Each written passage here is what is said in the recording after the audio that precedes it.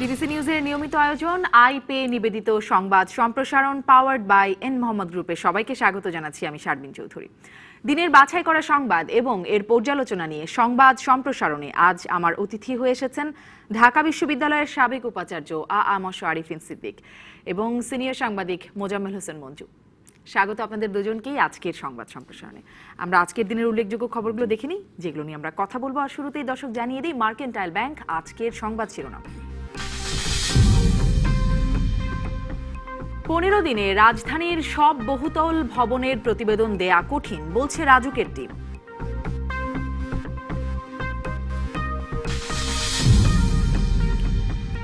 Autistic শিশুর প্রতিভা কাজে লাগাতে হবে, প্রতিবন্ধীদের কর্মসংস্থানের আহ্বান প্রধানমন্ত্রীর।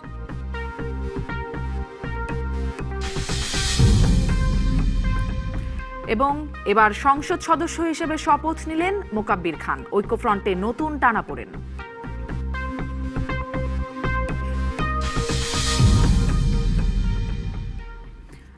আগামী 15 দিনের মধ্যে রাজধানীর সব বহুতল ভবনের প্রতিবেদন দেয়া কঠিন হয়ে পড়বে, এমনটাই মনে করেন তথ্য সংগ্রহকারী রাজুকের 24টি টিমের সদস্যরা। রাজধানীর প্রায় 3000 বহুতল ভবনের মধ্যে গত 2 দিনে 200-র মতো ভবন পরিদর্শন করেছেন তারা। এই হিসেবে সময় লাগবে 1 মাসেরও বেশি। এছাড়া দ্বিতীয় দিনেও বিভিন্ন জায়গায় ভবন নির্মাণে ত্রুটি ও অনিয়ম পাওয়া গেছে। বহুতল ভবনের তথ্য সংগ্রহে সকাল 9টা থেকেই মাঠে নামার কথা রাজুকের 24টি টিমের সদস্যদের। মঙ্গলবার মতিঝিল এলাকায় বেলা 11টাতেও কাউকে পাওয়া যায়নি। নির্ধারিত সময়ের 2 ঘন্টা পর মতিঝিলে তথ্য সংগ্রহে নামে রাজুক কর্মকর্তারা। এতে ওই এলাকার 5-6টি ভবনের ত্রুটি খুঁজে পায় রাজুক। 11 তলার রেড ক্রিসেন্ট টাওয়ারের ছাদে টিনশেড ঘর করে অফিস হিসেবে ভাড়া দেওয়া হয়েছে। জরুরি বহির্গমনের রাস্তাও সরু। দিলকুশার কৃষি ভবনেও পাওয়া গেছে ত্রুটি বিচ্যুতি। রেড ক্রিসেন্ট ভবন ছাদের মধ্যে টোটালি তারা একটা ব্লক করে রাখছে, প্লাস সেখানে বিভিন্ন অফিস আদালত, অর্থাৎ এটাকে ছাদ বলা চলে না আর কি। কৃষি ভবনে দেখা যাচ্ছে যে একটু ছাদ দরজাটা লক আপ করে রাখছে, অর্থাৎ ফায়ার সার্ভিসের দিক দিয়ে এটা কোনো কাজে আসতেছে না। বনানীর 5টি ভবনের সবকটিতে অনিয়ম ও ত্রুটি পাওয়া গেছে। এর মধ্যে আতাতুর্ক টাওয়ার আবাসিক ভবন হলেও পুরোটাই ব্যবহার হচ্ছে বাণিজ্যিকভাবে।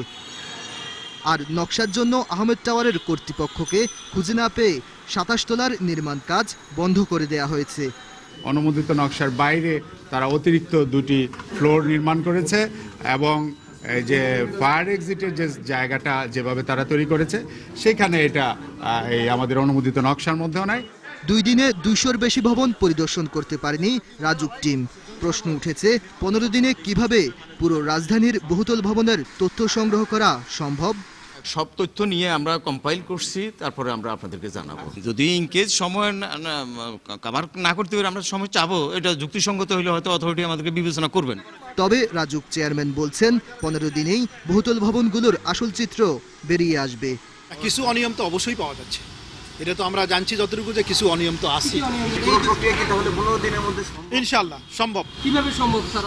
এদিকে অগ্নি নির্বাপন ব্যবস্থা না থাকায় সদরঘাটের ইস্ট বেঙ্গল ইনস্টিটিউশন সুপারমার্কেটকে ঝুঁকিপূর্ণ বহুতল ভবন হিসেবে চিহ্নিত করেছে fire service. Aditya Arafat, DBC news, Dhaka.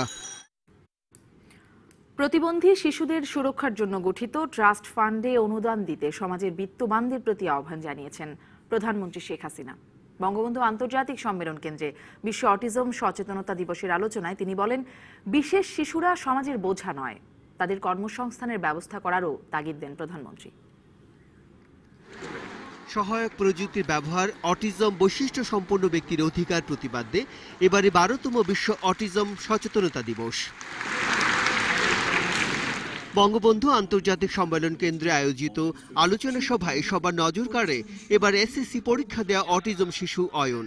সে শুধু কম্পিউটারে দক্ষ নয়, নাচ ও গানেও পারদর্শী। 2013 সালে জেএসসি এবং 2016 সালে জেএসসি পরীক্ষায় কৃতিত্বের সাথে পাস করেছি। পরে অটিজম বৈশিষ্ট্য সম্পন্ন সফল ব্যক্তি ও 3টি প্রতিষ্ঠানকে পুরস্কার দেন প্রধানমন্ত্রী শেখ হাসিনা। অনুষ্ঠানে প্রধানমন্ত্রী শিশুদের সুরক্ষায় ট্রাস্ট ফান্ড গঠনের কথা উল্লেখ করে বলেন, 10 লাখ প্রতিবন্ধী শিশুকে ভাতা এবং 90,000 শিশুকে উপবৃত্তি প্রদান করছে সরকার। অটিজম এটা কোনো আমি বলবো যে এটাকে কখনো মানুষজন এভাবে না দেখে যে যারা অটিজম শিশু বা ব্যক্তি তারা সমাজের বোঝা বা প্রতিবন্ধী সমাজের বোঝা, বরং আমরা মনে করি তাদেরও অধিকার আছে। সেই অধিকার আমাদেরকে সুরক্ষিত করতে হবে। প্রতিবন্ধী শিশুদের কর্মসংস্থানের ব্যবস্থা করতে শিল্পপতি ও ব্যবসায়ীদের প্রতি আহ্বান জানান প্রধানমন্ত্রী। তো বাবা মার সেই দুশ্চিন্তাটা দূর করার জন্যই আমরা এই বিশেষ ব্যবস্থা নিচ্ছি যে আমরা এই পরিচর্যা কেন্দ্র করে দেব। আর আমরা যে ট্রাস্ট ফান্ড করে দিয়েছি, এই ট্রাস্ট ফান্ডের মাধ্যমেও আমরা সহায়তা দেব। সেই ক্ষেত্রে বিত্তশালী যারা তাদের বলবো যে এই সকল ট্রাস্ট ফান্ডে তারা অনুদান দিতে পারেন, বা এই ধরনের পরিচর্যা কেন্দ্র হলে সেখানেও তারা বিশেষভাবে সহযোগিতা করতে পারেন। অটিজম শিশু জন্মদানের জন্য মায়েদের দোষারোপ না করতে এবং বাবাদের মানবিক হতে আহ্বান জানান শেখ হাসিনা। Bijan Kumar Das, DBC news, Dhaka. শপথের পরে বহিষ্কার, তারপর আবার আরেকজনের শপথ, এসব নিয়ে ঐক্যফ্রন্টে নতুন করে টানাপোড়েন শুরু হয়েছে। বিএনপি বলছে সংসদে যাওয়ার সিঁড়ি হিসেবে গণফোরাম তাদের ব্যবহার করেছে, আর গণফোরাম বলছে এতে জোটে কোনো প্রভাব পড়বে না। নির্বাচনের ফল প্রত্যাখ্যান করে জাতীয় ঐক্যফ্রন্টের বিজয়ী 8 জনের শপথ নেয়া বা না নেয়া নিয়ে দুইবার দুই রকম বক্তব্য রাখেন ডক্টর কামাল হোসেন। অংশগ্রহণ করার ব্যাপারে সিদ্ধান্ত আমরা নিচ্ছি, কিন্তু আমার নিজের ধারণা যে ইতিবাচকভাবে আমরা চিন্তা করব। সময় গড়ানোর সঙ্গে সঙ্গে সুলতান মোহাম্মদ মনসুরের পর শপথ নিলেন মোকাব্বির খান। দুজনেই ছিলেন গণফোরামের। এই দুই নেতা ছাড়া ঐক্যফ্রন্টের আর কেউ শপথ নেবেন না দাবি করে নেতারা বলছেন মোকাব্বিরের জন্য জোটে কোনো প্রভাব পড়বে না। এবং বিএনপি থেকে তারা নির্বাচিত হয়েছে, তারও এখনো কেউ শপথ নেয় নাই। তো সেই জায়গায় আমাদের আরেকজন এইভাবে যদি শপথ নেয়, যাই হোক, আমি এই ব্যাপারে খুবই হতাশাগ্রস্ত আর কি। উনি বলতেছেন উনি দলীয় সিদ্ধান্তের বাইরে যাবেন না, কিন্তু শেষ মুহূর্তে যেটা করলো সেটা তো আমাদের জন্য খুবই বিব্রতকর অবস্থা। একেবারে নেহায়েত এক ধরনের ধাপ্পাবাজি প্রবণতা, এগুলো করা মোকাব্বিরের মোটেই উচিত হয়নি। আর মোকাব্বির খান এমনকি সুলতানের তুলনায় রাজনৈতিক ব্যক্তিত্ব হিসেবে কিছুই নন। এটার কোনো প্রতিক্রিয়া আমি মনে করি জোটের উপর পড়বেই না, বা সার্বিক দেশের রাজনীতির উপর এটা কোনো প্রভাবই ফেলবে না। সুলতান মোহাম্মদ মনসুর শপথ নেয়ার পর দল থেকে বহিষ্কৃত হয়েছেন। এরপর ডক্টর কামাল হোসেনের সঙ্গে বৈঠক শেষে মোকাব্বিরের শপথ নেয়া, সব কিছুকেই সন্দেহের চোখে দেখছে বিএনপি। ডক্টর কামাল তো প্রথমেই বলেছেন যে তিনি ইতিবাচকভাবে দেখবেন, অর্থাৎ শপথ নিতে বলেছেন তাদেরকে। আর তাদের সাম্প্রতিককালে যে কর্মকাণ্ড, বেগম জিয়ার নামটি তাদের মুখে আনতে কষ্ট হচ্ছে, বেগম জিয়ার মুক্তি দাবি করতে তাদের কষ্ট হচ্ছে, তারপরে তো বিএনপি এই জোটে আছে কেন আমি বুঝতে অক্ষম। এতদিন যারা জামানত রক্ষা করতে পারেননি এখন তারা এমপি হয়ে বসেছে, সুতরাং তাদের লাভ হয়েছে এবং বিএনপিকে তারা ব্যবহার করেছে। গণফোরামের 2 জনের পর বিএনপির বিজয়ী 6 নেতা সংসদ সদস্য হিসেবে শেষ পর্যন্ত শপথ নেবেন না দলের সিদ্ধান্তে অটল থাকবেন তা নিয়েও ধোঁয়াশা তৈরি হয়েছে। আমি আশাবাদী যারা গত সংসদ নির্বাচনে অংশগ্রহণ করে তারা ক্রমান্বয়িকভাবে আসতে থাকবেন।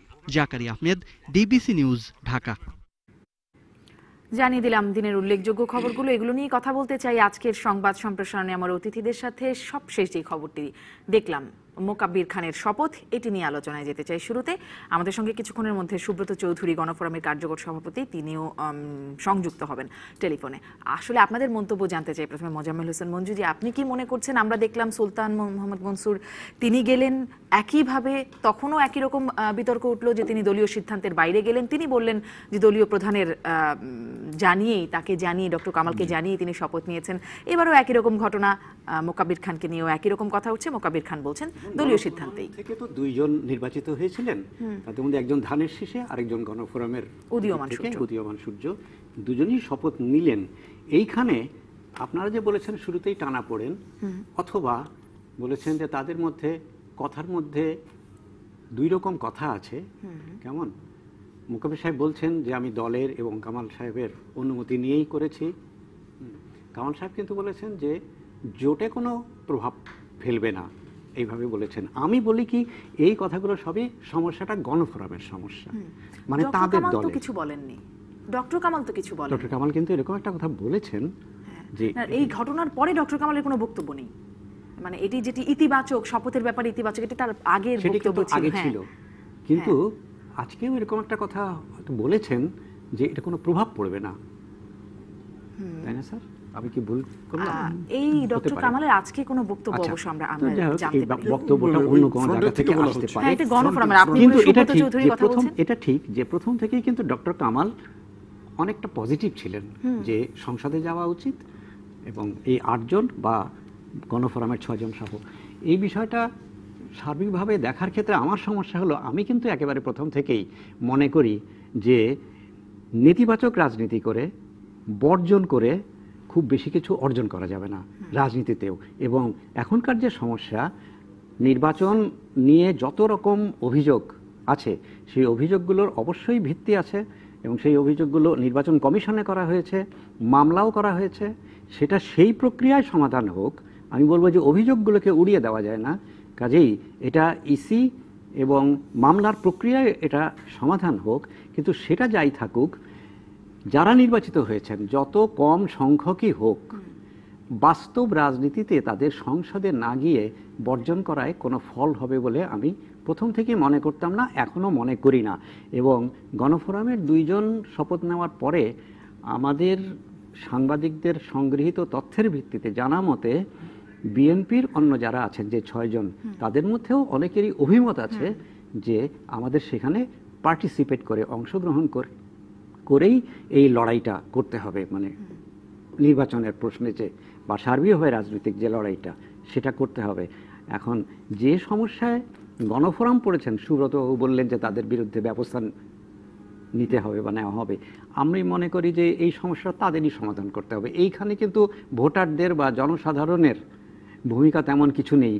তবে নির্বাচন নিয়ে যে প্রশ্নই থাকুক, যারা নির্বাচিত হয়েছেন তাদের আবার ভোটারদের প্রতি একটা কমিটমেন্ট আছে, তারা অবশ্যই এই কথা বলেই সংসদে যাওয়ার পক্ষে বলছেন। সুতরাং যে বিষয়টা খুব জটিল যে কেন্দ্র থেকে দল একটা সিদ্ধান্ত দিল, সেই সিদ্ধান্ত সঠিক কি বেঠিক এটা কিন্তু এখনো প্রমাণিত হয়ে যায়নি। এটা ভবিষ্যৎ রাজনীতিতে তাদের পদক্ষেপের মাধ্যমে এবং অনেক বাস্তব অবস্থার মধ্য দিয়ে একসময় তারাও গিয়ে বলতে পারেন যে না, আমাদের সেটা সঠিক ছিল না, এটা রাজনীতিতে সম্ভব।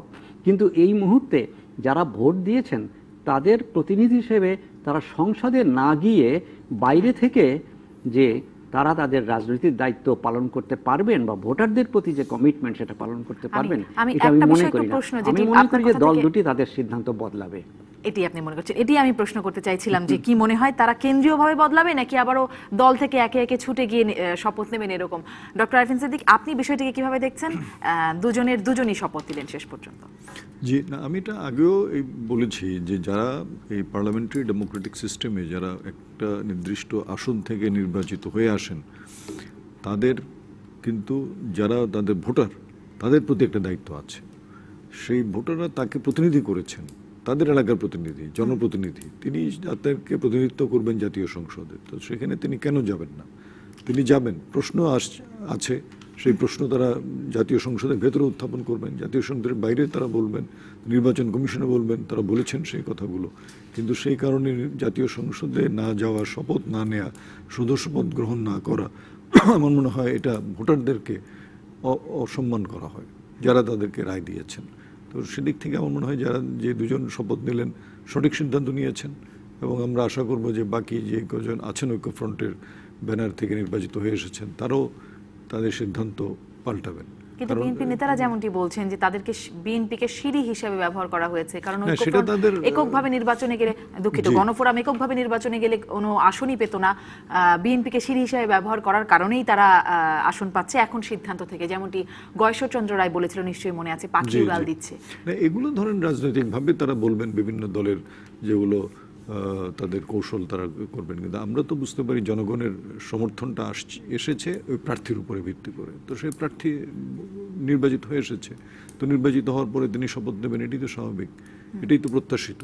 মানে জনগণের সমর্থন কি আসলে প্রার্থীর উপর শুধুমাত্র ভিত্তি করে আসে? জনগণ ভোট না দিলে তারা আপনার ইলেক্টেড হয়ে আসছে, সেই প্রতীক, সেই দল, সেই সমর্থন, মানে দলের সমর্থন, কিছু না কিছু প্রভাব তো নিশ্চয়ই সেখানে আছে। কিন্তু তারপরও প্রার্থী তো এখানে চূড়ান্ত, প্রার্থীকে সমর্থন দিয়েছে বলেই তো উনি নির্বাচিত হয়েছেন। আরো তো বহু প্রার্থী ছিল, তারা তো নির্বাচিত হতে পারেন নাই।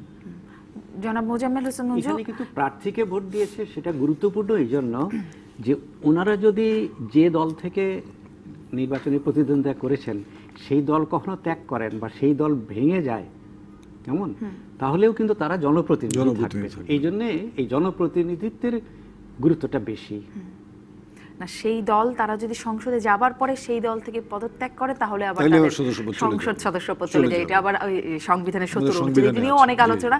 তবে সেই দল থেকে বহিষ্কার করলে আবার তাদের সংসদ সদস্যপদ আগের নজির আছে যে যায়। আনোয়ার হোসেন চৌধুরী, আনোয়ার হোসেন মঞ্জু সাহেব একা রয়ে গিয়েছিলেন মনে হচ্ছে, অনেক ঘটনাই ঘটতে পারে। সুতরাং সেই জন্য আমি মনে করি যে সার্বিক বিচারে বর্জনটা লাভজনক না, এটা বোধহয় উপলব্ধি করবে না বিএনপির নেতারা। বা কিন্তু এখন যারা বলছেন, যেমন মাহমুদুর রহমান মান্না বলছেন এতে আসলে জোটের উপর কোনো প্রভাব পড়বে না, সুব্রত চৌধুরীকেও বলতে শুনছি জোটের উপরে কোনো প্রভাব পড়বে না। আসলে কি পড়বে না বলে মনে করেন? জোটের উপরে প্রভাব কি, আমরা তো জনগণের পার্সপেক্টিভ থেকে বলছি না, জোটের উপর প্রভাব পড়বে কিনা? ঐক্য পড়তেই পারে, কোনো দলের ক্ষেত্রেও পড়তে পারে, দলের মধ্যেও ভাঙাগড়া হয়, জোটের মধ্যেও দ্বিমত হতে পারে, সেটা ভাঙাগড়া হয়। এবং আপনারা যে বলেছেন যে টানাপোড়েন চলছে, অবশ্যই চলছে।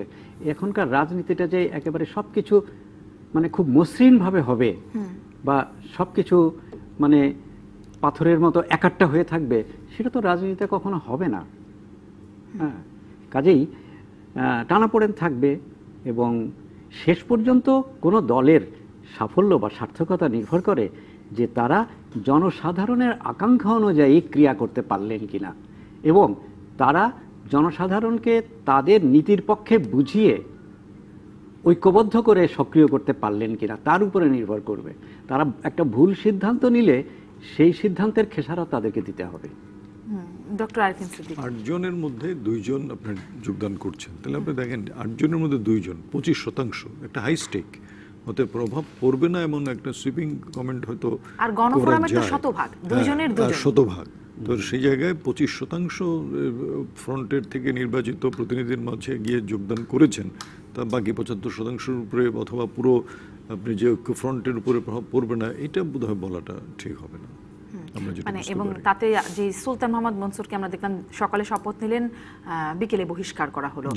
এইরকম সাংগঠনিক সিদ্ধান্তের কথা আমরা মোকাব্বির খানের ক্ষেত্রেও শুনতে পাচ্ছি এরকম নেওয়া হবে, মানে তাতে কি আসলে অবস্থার কোনো পরিবর্তন? যে এটা তো প্রভাব পড়ছে বলেই তো আপনার বহিষ্কার করা হচ্ছে, প্রভাব না পড়লে কি বহিষ্কার করা হচ্ছে? বহিষ্কার করলেও কি প্রভাব মুক্ত হওয়া যায়? কারণ সেখানেই তো প্রশ্ন, শতভাগ।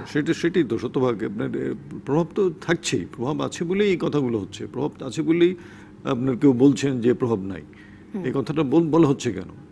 যেহেতু প্রভাব আছে, নাহলে তো এটা ইগনোরড হতো, কিন্তু এটা তো ইগনোরড হচ্ছে না। কি মনে হয় যে এইখানে যে একটা আমরা দেখছি যে সিদ্ধান্ত, দলীয় সিদ্ধান্ত, সারা দেশ এটা নিয়ে কথা বলছে, গণমাধ্যম এটা নিয়ে কথা বলছে, কেন? প্রভাব পড়ছে বলেই এই বিষয়গুলো নিয়ে আলোচিত হচ্ছে, সাধারণ মানুষ কথা বলছে, তারা খবরাখবর রাখছে, কবে তারা শপথ নিচ্ছেন, আদৌ নিচ্ছেন কিনা, নেবেন কিনা, এই যে জনমনে একটা জিজ্ঞাসা, প্রশ্ন, কেন? প্রভাব আছে বলেই পড়ছে। নিশ্চয়ই।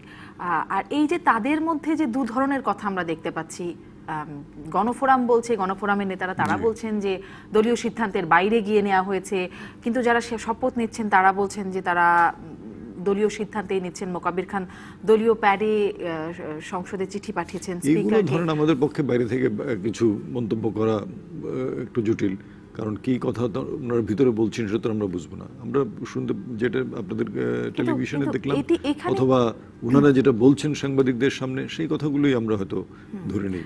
কিন্তু এটি সম্পর্কে আপনাদের কিছু মনে হয় কিনা যে তাদের কি নিজেদের মধ্যে ভুল বোঝাবুঝি হচ্ছে, নাকি তারা আসলে জনগণকে ভুল বোঝাচ্ছেন? আমার মনে হয় যে দলের মধ্যে যে কথার দ্বৈততা দেখছি এবং যে সমস্যা, এটা আমাদের কাছে, বাইরের লোকের কাছে পরিষ্কার হতে আরেকটু সময় লাগবে। কারণ যে প্রার্থী সংসদ সদস্য তিনি দাবি করছেন যে আমি দলীয় অনুমোদন নিয়েই করছি, আর দলের শীর্ষ নেতারা তারা বলছেন যে না, এটা হচ্ছে না। ফলে এতে কোনো সন্দেহ নেই যে তাদের মধ্যে একটা সমস্যা আছে। এই সমস্যাটা তারা নিজেরা প্রকাশ না করলে আমাদের পক্ষে এটা জানা সম্ভব হবে না। আপনি যেমন বলছেন যে তাদের মধ্যে কোনো মতবিরোধ বা সমস্যা আছে কিনা, অবশ্যই আছে। দলীয়ভাবে সিদ্ধান্ত নেওয়া হয়েছে যে আমরা যাব না, আর সংসদ সদস্য তারা শপথ গ্রহণ করছেন, কিন্তু এই দলীয়ভাবে সিদ্ধান্ত নেওয়া হয়েছে যে আমরা যাব না, ডক্টর কামাল কিন্তু আবার ইতিবাচক শুরুতেই বলেছিলেন যে অংশগ্রহণের ব্যাপারে ইতিবাচক, তারাই বলছেন। হ্যাঁ, কিন্তু তারাও আবার বিভিন্ন সময় বলছেন। আপনি বললেন যে ডক্টর কামাল তো ইতিবাচক কথা বলেছিলেন, শুরুতেই বলেছেন। হ্যাঁ, কাজেই তারাও যে একেবারে পাকাপাকি সিদ্ধান্ত নিয়ে ফেলেছেন আমি সেটা মনে করি না। আমি মনে করি যে তাদের দলের সমস্যাটা আমরা আরো কিছুদিন পরে জানতে পারবো যে আসলে কি হচ্ছে। কিন্তু একটা বিষয় নিশ্চয়ই খেয়াল করেছেন, গতকাল যখন মোকাব্বির খান বললেন, আমাদের গণমাধ্যমের সাথে কথা বলেছেন, তিনি ডক্টর কামালের বাসা থেকে বের হয়ে গণমাধ্যম কর্মীদের সাথে কথা বলেছেন। তার মানে ডক্টর কামালের সাথে দেখা করেছেন, দেখা করে নিশ্চয়ই তার কথা হয়েছে। তার প্রেক্ষিতে সুলতান মনসুরও বলেছেন শীর্ষ নেতা ডক্টর কামালকে জানিয়েই শপথ নিচ্ছেন।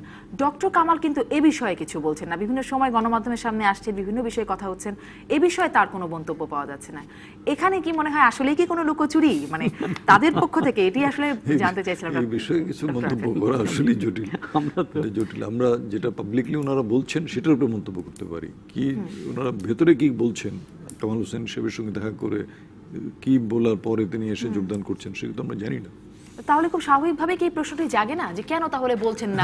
ডক্টর কামালের নাম বলে সবাই বলছেন যে ডক্টর কামালকে জানিয়ে গেছি, ডক্টর কামালের সিদ্ধান্ত অনুযায়ী যাচ্ছি, কিন্তু ডক্টর কামাল, আমি একটু বুঝতে পারি একজন সাধারণ নাগরিক হিসেবে যারা রাজনীতি করেন তাদের আরো স্বচ্ছতার সাথে তাদের বক্তব্য এবং তাদের যে কি করবেন, কি অ্যাকশন নেবেন, কি স্টেটমেন্ট দিবেন, এগুলো আরো স্বচ্ছ হওয়া দরকার। তাহলে জনগণের মাঝে একটা সন্দেহের যে জায়গা সেটা আপনার থাকে না।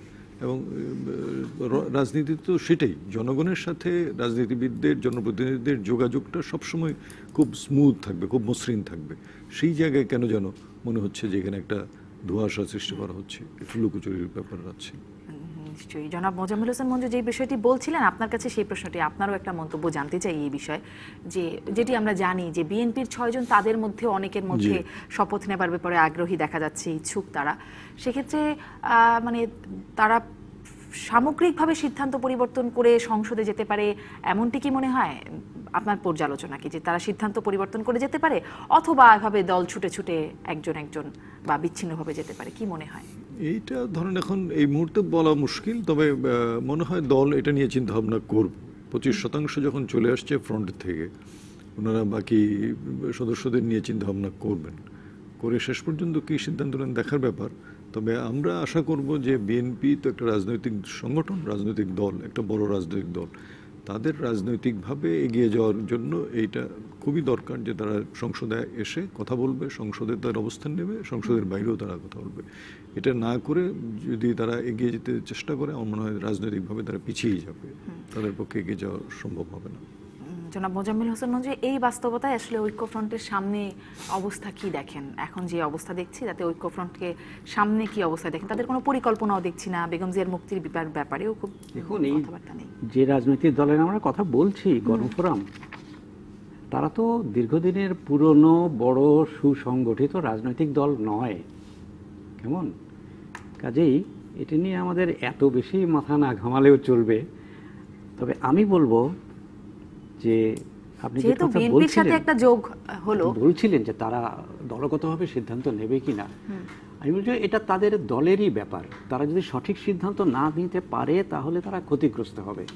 কিন্তু এই ঘটনাতে আমার ইন্টারেস্ট হলো এই যে আমরা দেখছি যে এই দল থেকে 2 জন বা পুরো জোট থেকে 8 জন, এত কম সংখ্যক নির্বাচিত হওয়ার পরও কিন্তু এখানে কতগুলো গুরুত্বপূর্ণ রাজনৈতিক প্রশ্ন আমাদের সামনে আসছে এবং একটা সুযোগও তৈরি হয়েছে।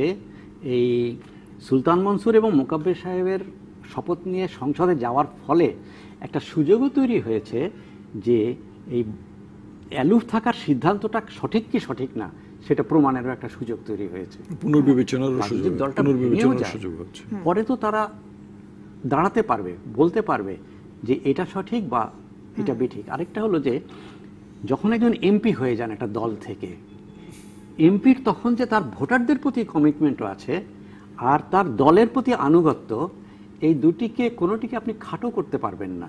আপনি সমস্ত ভোটাররা যদি বলে যে আমরা ভোট দিয়েছি, নির্বাচনে অন্যান্য জায়গায় কারচুপি হয়েছে, ইত্যাদি হয়েছে, ঠিক আছে, যত অভিযোগই থাকুক, কিন্তু আমাদের থেকে তুমি নির্বাচিত হয়েছো, তুমি সংসদে যাও, এটা যদি ভোটাররা বলে, তাহলে একজন রাজনৈতিক দলের নেতা বা সদস্য আমার দল চাচ্ছে না বলেই আমি বললাম যে যখন একজন এমপি হন, হ্যাঁ, তখন তার আরেকটা সত্তা তৈরি হয়। আমরা এই সময় কিন্তু ব্রিটেনে এই ব্রেক্সিট ক্যাওসের মধ্যে দেখছি যে কনজারভেটিভ এবং লেবার তারা যে কখন কোনটাতে ভোট দিচ্ছেন না দিচ্ছেন, আমাদের মতো 70 ধারার মতন ব্যাপারটা তো নাই সেখানে, কেমন? কাজেই সেইখানে আপনার যাকে রিপ্রেজেন্ট করছে সেই নাগরিকদের বিষয়টা অনেক বড়। কাজেই এই রাজনীতিতে ছোট দল হলেও আমরা কিন্তু ভবিষ্যতে এই গুরুত্বপূর্ণ রাজনৈতিক প্রশ্নগুলোর জবাব পাবো। দেখা যায় ভবিষ্যতে আসলে সেই 6 জনেরও ভবিষ্যৎ কি হয়, সংসদে যান কিনা, সিদ্ধান্ত বদলান কিনা, সেটি নিয়েও কথা হবে। একটা বিরতি নিয়ে ফিরছি, দর্শক থাকুন আমাদের সাথেই। ফিরলাম সংবাদ সম্প্রসারণে। কথা বলতে চাই আরেকটি প্রসঙ্গ নিয়ে, যেটি বনানীর অগ্নিকাণ্ডের পরে আমরা মন্ত্রীর মুখ থেকে শুনেছিলাম 15 দিনের মধ্যে অভিযান, 15 দিন অভিযান চলবে। রাজুকের 24টি টিম অভিযানে নেমেছে, কিন্তু টিম আজকে বলছে, রাজুকের টিম সদস্যদের সাথে গণমাধ্যম কর্মীদের প্রশ্নের মুখে তারা বলেছে যে 15 দিনে আসলে কাজ শেষ করা কঠিন। প্রায় 3000 ভবনের মধ্যে মাত্র 200টি ভবনে তারা এখন পর্যন্ত অভিযান চালাতে পেরেছে। কি মনে হয়, সময় বেশি লাগলেও আসলে অভিযানের সফলতা বিষয়ে আশাবাদী হন জনাব মোজাম্মেল হোসেন? এর চেয়ে কত গুরুত্বপূর্ণ বিষয়ে সময় বাড়ানো হয়েছে। ধরুন, তদন্ত কমিটি বহুবার সময় বাড়ায়, আদালতের কাছে কোনো প্রতিবেদন দিতে হবে, সময় চায়। এইটি তো একটি খুব বড় ব্যাপার, এত বেশি দালান কোঠা। আর তার চেয়ে বড় ব্যাপার হচ্ছে যে বাংলাদেশে আইন অমান্য করা বা বিধি এবং নিয়ন্ত্রণ বিধি অগ্রাহ্য করে কাজ করা এত ব্যাপক।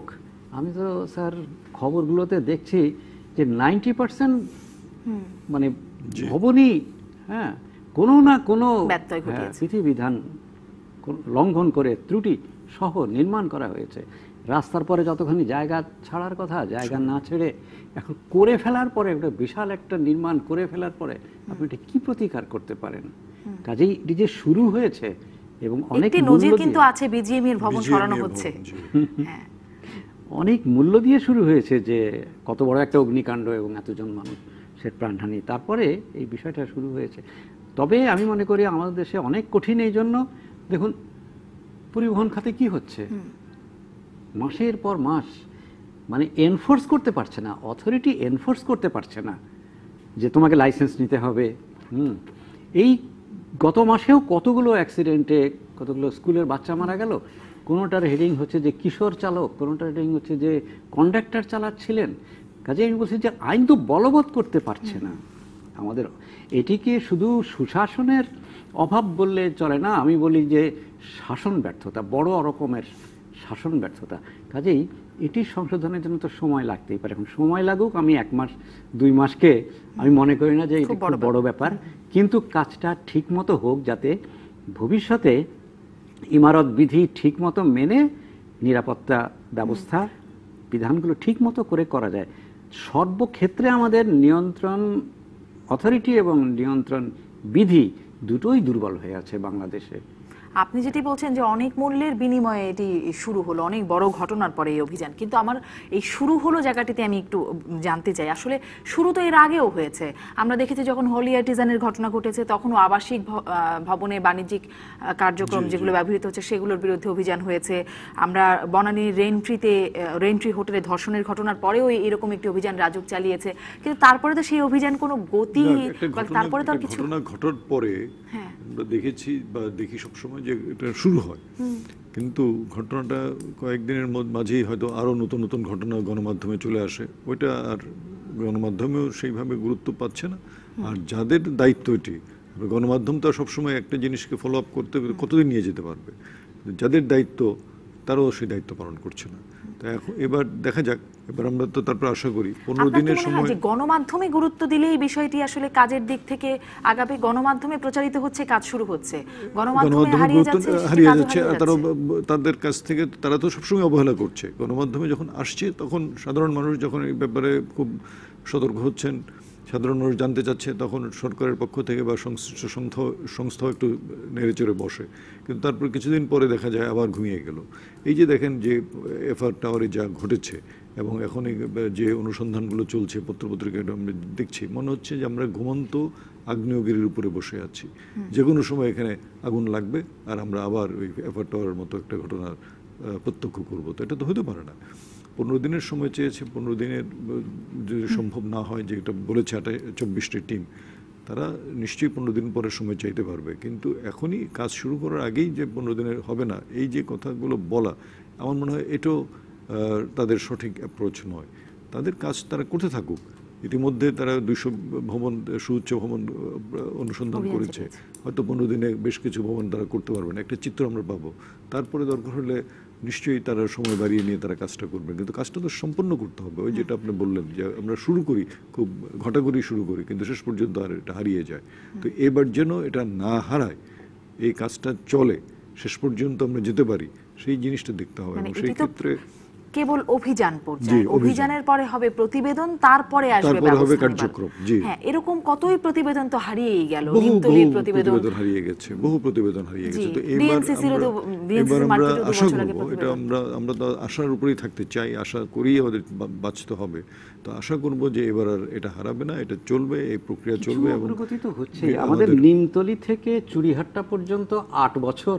জি, আমরা কিন্তু বলেছি যে আপনি যে গণমাধ্যমের কথা বললেন, গণমাধ্যমের ভূমিকার জন্য কিন্তু বাংলাদেশে অনেক কিছু হয়, অর্থাৎ গণমাধ্যমে বের হলে সেখানে কিন্তু একটা জনমতেরও চাপ সৃষ্টি হয়। গণমাধ্যম যে চাপ সৃষ্টি করে সেটা প্রকৃতপক্ষে জনমত সৃষ্টি করে চাপ, হ্যাঁ, কাজেই সেটা হয়।